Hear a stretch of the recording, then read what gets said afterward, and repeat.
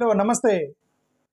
India Pakistan యుద్ధం వచ్చే సూచనలు ఒక 30-40% అయితే సూచనలు కనిపిస్తున్నాయి. అంటే మ్యాక్సిమం రాకపోయినప్పటికీ ఇండియా పాకిస్తాన్ మధ్య యుద్ధం రాదు అంటానికి లేదు. ఎందుకంటే ఇప్పుడు జరిగినటువంటి సిచ్యువేషన్ ఇక్కడ టెర్రరిస్ట్ మొన్నే పొరపాటు చేశారు. మొన్నే యుద్ధం చేయాల్సింది, వాళ్ళతో అటో ఇటో తేల్చాల్సింది. మధ్యలో ట్రంప్ గారు అది ఇది అన్నారని చెప్పేసి ఆయన ట్రంప్ ఇప్పుడు 70 సార్లు చెప్పాడు, నేను ఆపాను, నేను బెదిరించాను, నేను యుద్ధం చేయను అన్నాను, అవన్నీ చెప్పాడు ట్రంప్. మరి ఇప్పుడు ఆ ట్రంప్ గారు ఏమంటారు? మరి ఇప్పుడు నువ్వు యుద్ధం ఆపావు చూడు, మళ్ళీ వేసారు బాంబు మా దేశం మీద అని చెప్పి ఇప్పుడు మరి ట్రంప్ గారు ఏమంటారో చూడాలి. ఓకే, ఒక స్టేట్మెంట్ ఇచ్చారు అమెరికా వాళ్ళు, ఏమని?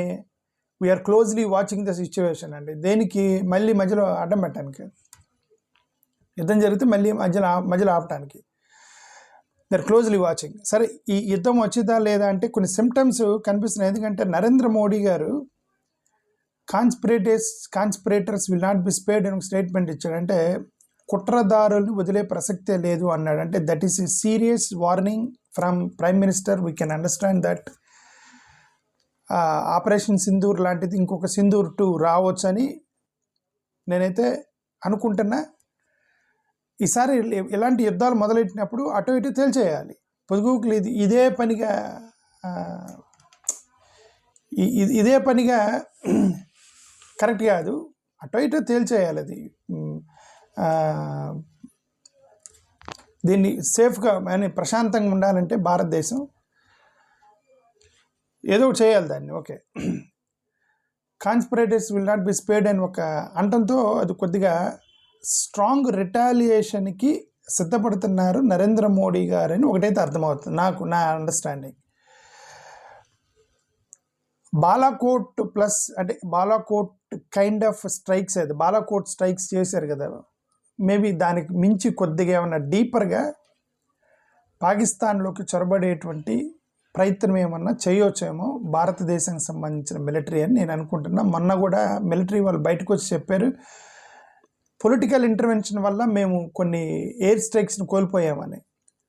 సో అది ఇష్యూ అయింది కాబట్టి ఐ డోంట్ థింక్ ఇప్పుడు పొలిటీషియన్స్ ఇన్వాల్వ్ అవుతారని నేను అనుకోవట్లేదు. ఒకవేళ ఈసారికి నాకు పవర్ ఇచ్చేస్తే ఆర్మీ వాళ్ళు మీ ఇష్టం అని చెప్పేస్తారు. యుద్ధం చేయాలా లేదు ఒకటే మాట, మధ్యలో ఇంటర్వెన్షన్ కాకుండా, పొలిటీషియన్స్కి ఇంటర్వెన్షన్ లేకుండా యుద్ధం చేయాలా వద్దా ఒకటే మాట చెప్పాలి ఆర్మీ వాళ్ళకి. వాళ్ళు తెలుస్తారు ఆర్మీ వాళ్ళు. ఈ రాజకీయ నాయకుల యొక్క తలకలేని పనులు చేయకూడదు నా ఉద్దేశం. అయితే మరి కొద్దిగా కొంతమంది ఆన్లైన్లో కూడా బ్లడ్కి బ్లడ్, మనిషికి మనిషి పగ తీర్చుకోవాల్సిందని చెప్పి ఆన్లైన్లో అందరు ట్రోలింగ్ చేస్తారు. సరే, ఆన్లైన్ బట్టి మనం గవర్నమెంట్లు నడపలేము. బట్ ఎందుకంటే ఒక యుద్ధం వచ్చిందంటే అది ఎకానమీ దెబ్బతినేది, ఉద్యోగాలు లేవు, చాలా ఉన్నాయి. Okay, the lot of things that need to be taken in to consideration. What ever, Pakistan మీద కూడా డౌట్ ఉంది. ఎందుకంటే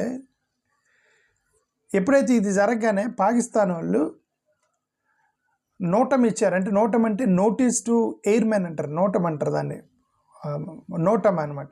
నోటీస్ టు ఎయిర్మెన్ అంటారు. గాలిలో తిరిగే వాళ్ళకి నోటీస్ ఇచ్చారు, వెంటనే నోటీస్ ఇచ్చారు.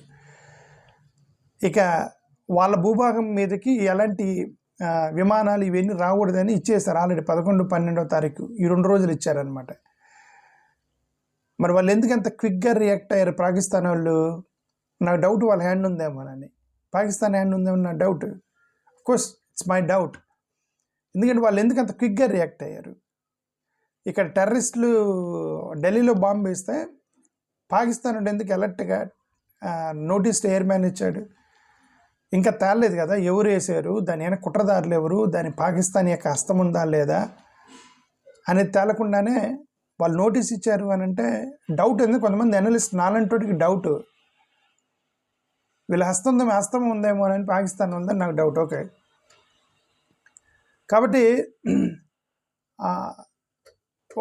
వాళ్ళు ఇది ఏమేమి చేశారట, రెడ్ అలర్ట్ ఇచ్చారట, అన్ని ఎయిర్ బేస్లకి రెడ్ అలర్ట్ ఇచ్చారట, నేవల్ ఫోర్సెస్కి హై అలర్ట్ చేశారట పాకిస్తాన్ వాళ్ళు. ఇవన్నీ చేశారు. క్విడ్ ప్రోకోకి సంబంధించిన ప్లస్ రిటాలియేషన్స్ ఏమైనా ఉండొచ్చేమోనని వెయిట్ చేస్తున్నారు అనేది ఒకటైతే అర్థమవుతుంది. అంతేకాకుండా ఇండియాలో ఉన్నట్టు బోర్డర్స్ మొత్తం కూడా పాకిస్తాన్, నేపాల్, బంగ్లాదేశ్ మొత్తం కూడా హై అలర్ట్ ఇచ్చారు. బిఎస్ఎఫ్ అదే బోర్డర్ సెక్యూరిటీ ఫోర్స్ వాళ్ళు మొత్తం కూడా సిద్ధంగా ఉన్నారు. వాళ్ళందరూ రెడీగా ఉన్నారంటే పంజాబ్, రాజస్థాన్ బోర్డర్స్లో ఎక్కువ మంది మన ఆర్మీ ఉంటారు. పంజాబ్, రాజస్థాన్ బోర్డరు పాకిస్తాన్ బోర్డర్ అనమాట. సో అక్కడ మన వాళ్ళు అంత సిద్ధంగా ఉన్నారు అనేది ఒక సమాచారం అయితే వస్తుంది. చూడాలి ఎలాంటి నిర్ణయం తీసుకుంటారో మనకైతే తెలీదు ప్రధానమంత్రి గారు. మనమైతే చూడాలి. మిలిటరీ మొబిలైజేషన్ పాకిస్తాన్ వాళ్ళు మిలిటరీ మొబిలైజేషన్ చేస్తున్నారు కాబట్టి మరి అది వాళ్ళేమైనా ఎస్కలేట్ చేద్దాం అనుకుంటున్నారా, లేదంటే ఇది రాంగ్ సిగ్నల్, లేదు ఇండియాకి రాంగ్ సిగ్నల్. ఎందుకు ఇక్కడ కాగానే వాళ్ళందరూ మిలిటరీ ఎస్కలేషన్ వాళ్ళు అక్కడ ట్రై చేస్తున్నారు అని అంటే అర్థం అంటే ఇది ఇలా హస్తం ఏదో ఉందని చెప్పి మనకి రాంగ్ సిగ్నల్ ఇచ్చినట్టు. సో ఆటోమేటిక్గా యుద్ధం చేస్తారు మన వాళ్ళు. మోరోవర్ టెర్రర్ లింక్స్ ఇది ఎక్కడి నుంచి వస్తుంది? జైషీ మహమ్మద్ నుంచి వస్తుంది. జైషీ మహమ్మద్ అని అజార్ మసూద్ ఎవరు మరి పాకిస్తాన్లోనే ఉన్నాడు. ఇంక మరి లింక్ మనకు తెలిసిపోయింది పాకిస్తాన్లోనే ఉంది. ఇక తప్పదు. మోరోవర్ ఈ డొమెస్టిక్ పాలిటిక్స్ ఆల్రెడీ మొదలైనాయి. అమిత్ షా గారు రిజైన్ చేయాలి, ప్రధానమంత్రి గారు రిజైన్ చేయాలి, సెక్యూరిటీ ఏం చేస్తుంది, ఇంటెలిజెన్స్ ఏం చేస్తుంది అని చెప్పి ఆల్రెడీ ఆన్లైన్లో తగులుకున్నారు అంతా. ఓకే, సో చాలామంది బ్లడ్ ఫర్ బ్లడ్, మోడీస్ ఓ వర్సెస్ మునీర్స్ కన్సాలిడేషన్, ఇది అన్ని హ్యాష్ ట్యాగ్లు పెట్టేసి సోషల్ మీడియాలో ట్విట్టర్లో కొడుతున్నారు ఆల్రెడీ. డ్రోన్స్ అవన్నీ ఎగురుతున్నాయి ఇప్పటికి. ఎందుకు డ్రోన్స్ ఎగురుతున్నాయి? ఎందుకంటే ఆ దేశంలో ఏం చేస్తున్నారు వీళ్ళు తెలియాలంటే డ్రోన్స్ ఎగరేయాలి. ఈ దేశంలో ఏంటంటే వాళ్ళు మరి రెండు దేశాల్లో డ్రోన్స్ పైకి ఎలక్ట్రిక్ డ్రోన్స్ అన్నీ కూడా ఎగురుతున్నాయి అనమాట ఆల్రెడీ. ఓకే, సో ఇది ఇండియా పాకిస్తాన్ యుద్ధం వచ్చిద్దా అని అంటే నాకు తెలిసిన వరకైతే ఒక 30-40% ఛాన్స్ అయితే ఉంది. ఇది ఇండియా పాకిస్తాన్కి సంబంధించిన యుద్ధం రావచ్చేమని అనుకుంటే, ఎందుకంటే మోడీ గారు సిన్సియర్గా చెప్పారు కాబట్టి ఎవరిని వదిలిపెట్టినని చూడాలి. ఇంటర్నేషనల్ ప్రెజర్స్ క్లోజ్లీ మానిటరింగ్ అని వాళ్ళు అన్నారు, ఎకనామిక్ స్ట్రాటజీస్ ఇవన్నీ. ఓకే సార్, అది ఇన్ఫర్మేషన్. ఓకే, ఏదేమైనా అసలు మొన్నే కంటిన్యూ చేయాల్సింది నా ఉద్దేశం, నా పర్సనల్ అభిప్రాయం. మొన్నే కంటిన్యూ చేయాల్సింది వాళ్ళు కంటిన్యూ చేయలేదు. వాళ్ళు అనవసరంగా దాన్ని ఆపేసి ఇది వచ్చిండేది కదా, మొన్నే కంటిన్యూ చేస్తే ఇది అసలు మొత్తం ఆర్థికంగా విధ్వంసం చేసేస్తే గవర్నమెంట్ సహాయం లేకుండా వీళ్ళు ఇవన్నీ చేయలేరండి. పాకిస్తాన్ హెల్ప్ లేకుండా ఇవన్నీ చేయలేరు నా ఉద్దేశం. థ్యాంక్ యూ, నమస్కారం. చూద్దాం ఏం జరిగింది.